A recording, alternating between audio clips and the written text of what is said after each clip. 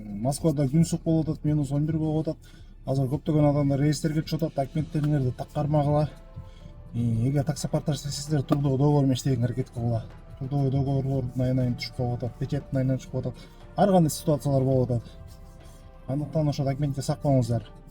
Анан мекендештер, эгер силер Кыргызстанга кетсеңиздер, Кыргызстанда жүргөндөр болсо, мен сиздерге эксперт паркты сунуштайт элем. Эксперт парктын эмелери, условиялары аябай жакшы, проценттери төмөн, таксопарк честный, алдабайт, таза иштейт.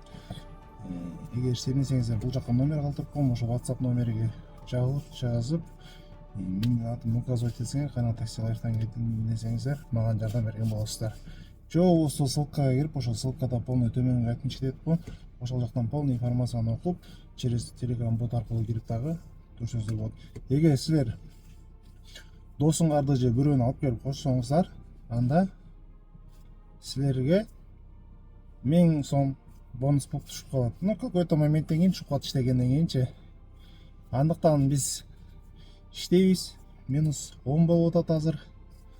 Күн суук. Бүгүн дагы бир переговорлорго барат элем. Ал жактарда кирип чыгып, анан ошол жөнүндө да силерге кичине айтып берейин. Кыргызстанда жүргөндөр көбүнчөңүздөр сурап атасыздар, эксперт парк кандай парк депчи. Эксперт парк өтө жакшы парк. Россияда иштесеңиздер болот. Россиянын жаранын алсаңыздар, Кыргызстанда да иштесеңиздер болот. Ушундай эмелер бар, жакшы жерлери бар. Анан эме мекендештер, көбүнчө сурап, Москвага барсак кандай болот, эмне кылыш керек, кандай документтер керек депчи. Азыр Москвага келгенде запас акча менен келгиле. Келип эле ушу документтер менен алышасыңар, документтер менен алышканда ошо убактыңар көпкө кетип калат да. Биринчи снилис керек, ННН керек, госуслуги керек. Госуслугини алыш үчүн перевод паспорт керек. Перевод паспорт. 4 документти алып, мисалы үчүн снилисти болсо пенсионный фонддон аласыңар, ННН болсо налоговыйдан аласыңар. Но азыр Сахаровага барсаңар, Сахаровадан деле берип атат эме НННдечи электронный кылып. Госуслугиңерди чыгып калат. Госуслугиңерди ачып, подтверждать этесиңер.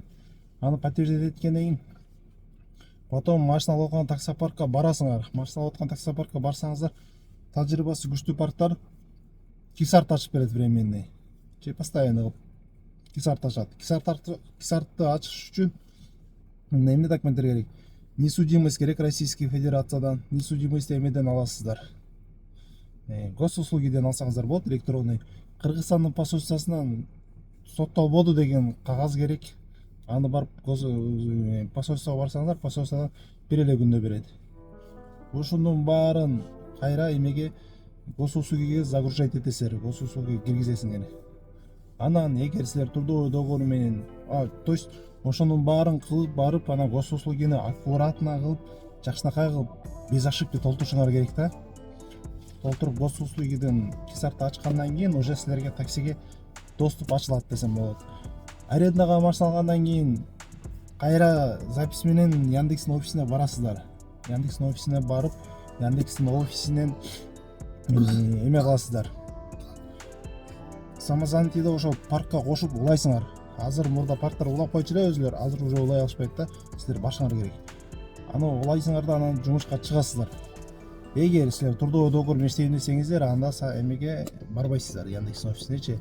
Трудовой договор менен документтериңерди полный жөнөтөсүңөр, алар силерди оформлять эткенден кийин бир канча күндөн кийин келгенде ал базага кириш керек. Базага киргенден кийин госуслугиден выписка чыгарып туруп, кайра Яндекстин сайтына жөнөтөсүңөр. Анан бир канча күн өткөндөн кээде 3 саатта келет, кээде 3 күндө келет, кээде 1-2 күндө келип калат да. Ал келип силердин трудовой договоруңар таза экен, принят вы на работу дейт, ошондо деген эме болот. Жанагы -20 баллыңар кийин акырындап чок болуп кетет да. Кыскасы Москвада ошондой азыр. Анан уже не то что таксиде келгенден кийин, жан келгенде ошо Сахаровага обязательно барышыңар керек. Бир айдын ичинде Сахарова барсаңыздар, Сахаровага примерно бир 10 000 акчаңар кетет.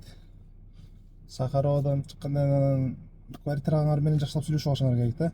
Мен аны коюп, анан ошол райондун эшигин такылдатып, записин карап отуруп, госуслугиден запись болуп барып, анан печать бастырсаңыздар, ошондо туура жүрөсүздөр да рейстарга кирбейсиздер.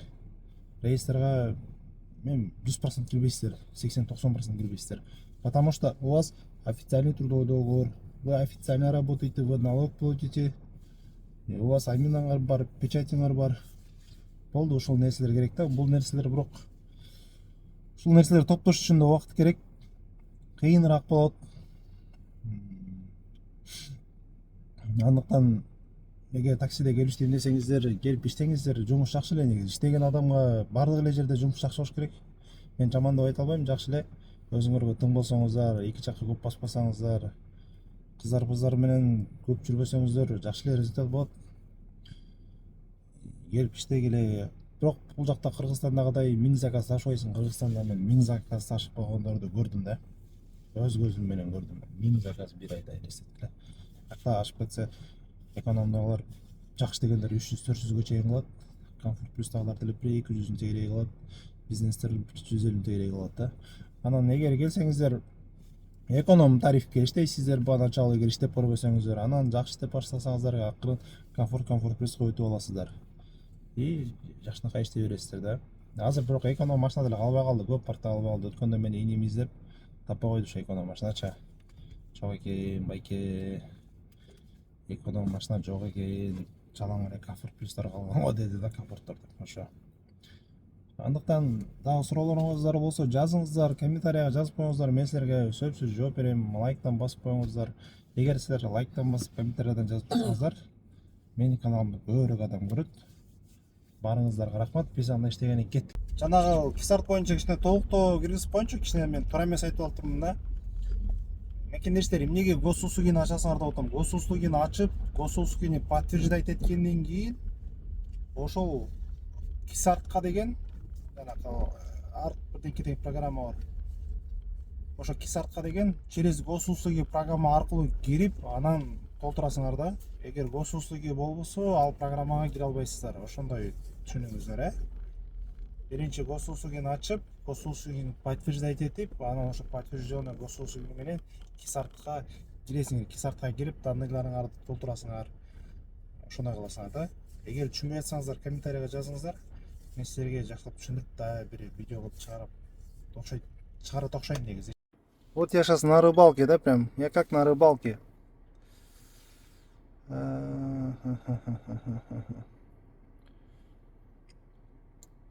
Ожидаем как на рыбалке и ловим нокойда. Ошондой болот. Иштегиле бекендештерим, иштегиле, иштесиңер. Эч ким азыр акча алып бербейт. Азыр заман ушундай болуп калды. Мен бала кезде деген айылдагылар баары чогуу алып чөп чейнейт элек, картошка терет элек. Ушу баарыбыз эле чогуу эле иш кылып жүрө берчүк да.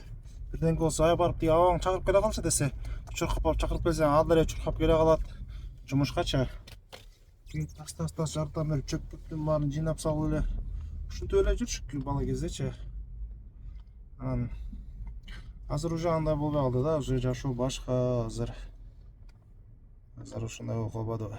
Эсле.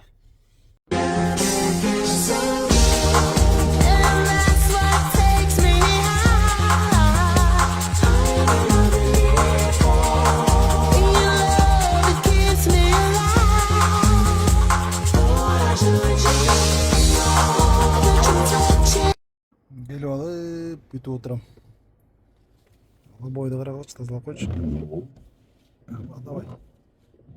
Чисти. Почистил. 2400. Олжар Крокус Сити. Так. Работаем так, ребята. Что-то азыр экинчи аккаунтка переключаться надо. Бензин надо заправить. Картошки надо менять. Вот так. Каргашал окуя болду эле го ошол жерде памятникти коюшкан экен. Выставка болуп тур. Такси деген эми окодом бuyakta. Короче, жол бербей жүрөм го мен. Буларгачы.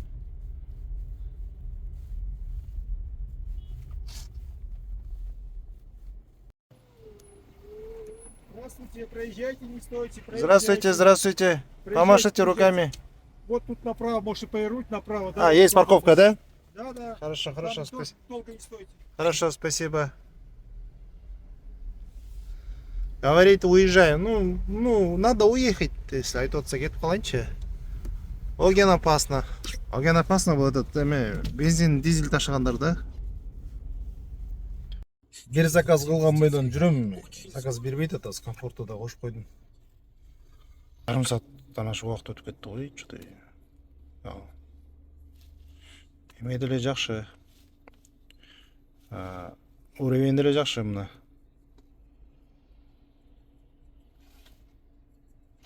71.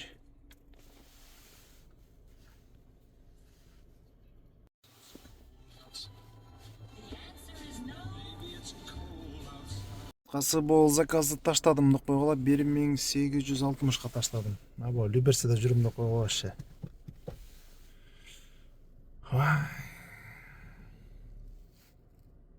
Бо Люберседе ушундай.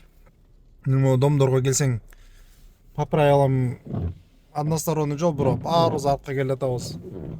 Тие алдыда аял айтат, ал жакта жол жабык дейт. Болгон ушул жак менен гана чыгыш керек. В принципе, туура эле мына биякта бир машина турат. Септеп. Артта болсо БМВ кетип баратат. Сөгүнүп сагынып. Хорошо. Бүгүн эки эле заказ кылдык. Азырда 4-тө бир жака башым керек эле, билбейм да канча заказ кылгам. Эми биягы момундай каша болуп атат деп койгула. Жүрөсүң да ушул жака келсеңчи, вообще келгим келбейт. Ушул жака Пучилково деген жактар бар. Көргүм келбейт. Эми жашаган жакшы го үйүң болсо. Жумуш менен барган жакпайт да. Киресиң, жүрөсүң. Мына мунун кичине баш дейт пропускает у нас. А так вот эптеп-септеп жүрөбүз, жертеп-сеп. Бул дагы мына камера дагы. Мына баш дегендер артка берип уступать этет да. Анан баягы эме деген конкуренттер бар го. Я же главный, мен главныймын депчи, мындай ситуацияга карашпайт да, дордун ичиненчи кээ бирөө. Мен мындаймын, дегендейм деп, сен крутойсуң деп коюшуң керек болду, кетип беришиң керек. 1096 саат 10-до чыкканбыз. 3000 бирден иштедик да.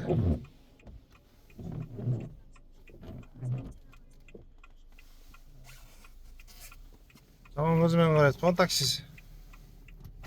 Таксис или водитель да ашып кетсе.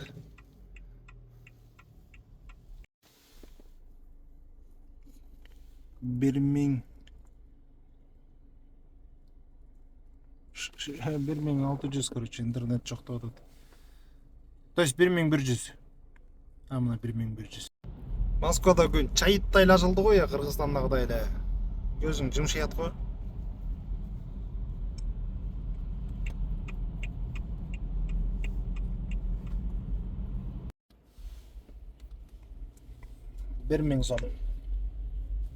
Спасибо за поездку. Казанский вокзалдын апталында жүрөм. Для улучшения качества обслуживания поставьте нам оценку в приложении. Балам жөтөлүп атты эле, садикке барайын деп атам, азыр садикке барайынчы. Бир заказ алган болчумун да, третий кольцонун ичине кетип бараткам, жакшынакай эле. Айланып баргыча эгилди дейсире. Заказды отмена кылып салды да. 8 мүнөт жүргөндө клиент, наверное, передумал деп туруп отмена кылдырып салды да.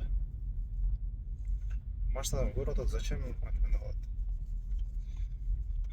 Ушундай болуп атат да. Жумуш убактым бүттү. Бүгүн болсо саат 10:30 чыккам. Жумушкачы 10:30-11 чыккам.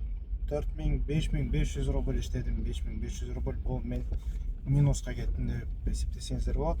Анткени бүгүн бир жака жолугуш бар эле, ал жака барып жолугушуп келдим.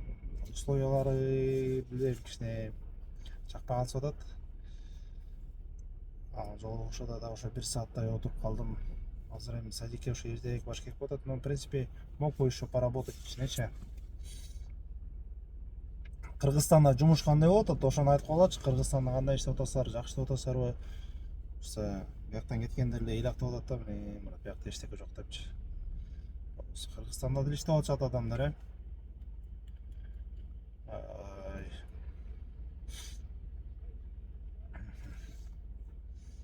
эмне кылабыз эми?